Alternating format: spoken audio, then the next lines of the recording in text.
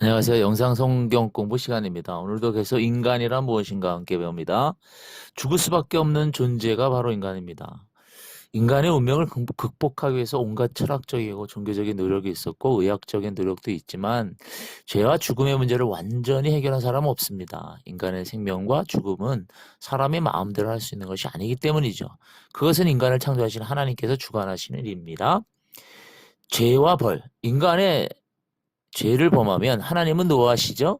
하나님의 노여움은 반드시 징벌로 나타납니다. 하나님의 노여움은 하나님의 사랑과 같은 것이요. 하나님의 심판도 복음의 중요한 내용입니다. 자식의 죄를 보고도 징계하지 않는 부모는 참 부모가 아닐 수 있습니다. 그러므로 하나님의 심판은 창조주와 피조물 사이에 사랑의 관계와 인격적인 관계를 나타내는 것입니다. 죄는 벌이 따른다는 법칙은 만고불변의 진리입니다. 이 법칙이 무너지면 이 세상은 난장판이 되고 당장에 파멸이 옵니다. 콩을 심으면 콩이 나죠. 팥을 심으면 팥이 나는 것 같이 죄를 심으면 형벌을 거두게 되는 것입니다. 이 법칙은 개인이나 가정이나 국가에도 그대로 적용이 됩니다.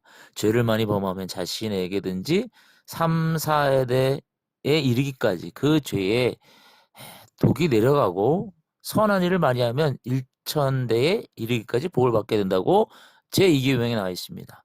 죄에 대한 형벌은 다양합니다. 첫째는 양심의 가책이고 둘째는 부모나 스승이나 이웃이나 공동체와 국가 권력에 의한 벌을 받습니다. 이와 같이 인간이 하나님을 대신하여 벌을 내리기도 하나 인간의 형벌이 반드시 하나의 심판은 아닐 수도 있습니다.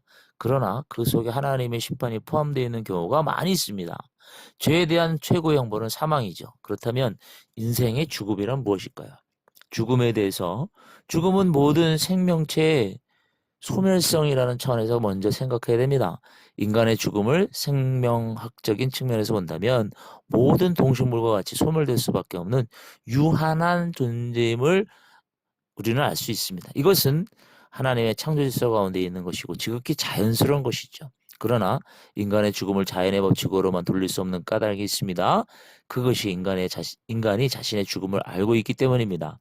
다른 동식물들은 죽음을 모르게 고통도 죽음의 의미도 모릅니다. 그러나 인간은 임종하는 순간까지 죽음을 생각하기 때문에 죽음의 의미를 바로 알아야 됩니다.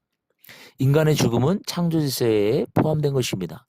인간은 영원 불멸하는 존재가 아니라 유한한 존재입니다. 그렇기 때문에 자신에게 정해져 있는 죽음을 바르게 인식하고 겸허한 마음으로 과욕을 버려야 되는 것이죠. 이런 창조의 법칙을 깨닫지 못하고 땅 위에서 과욕을 부리다가 개의 죽음을 하는 사람이 많이 있습니다.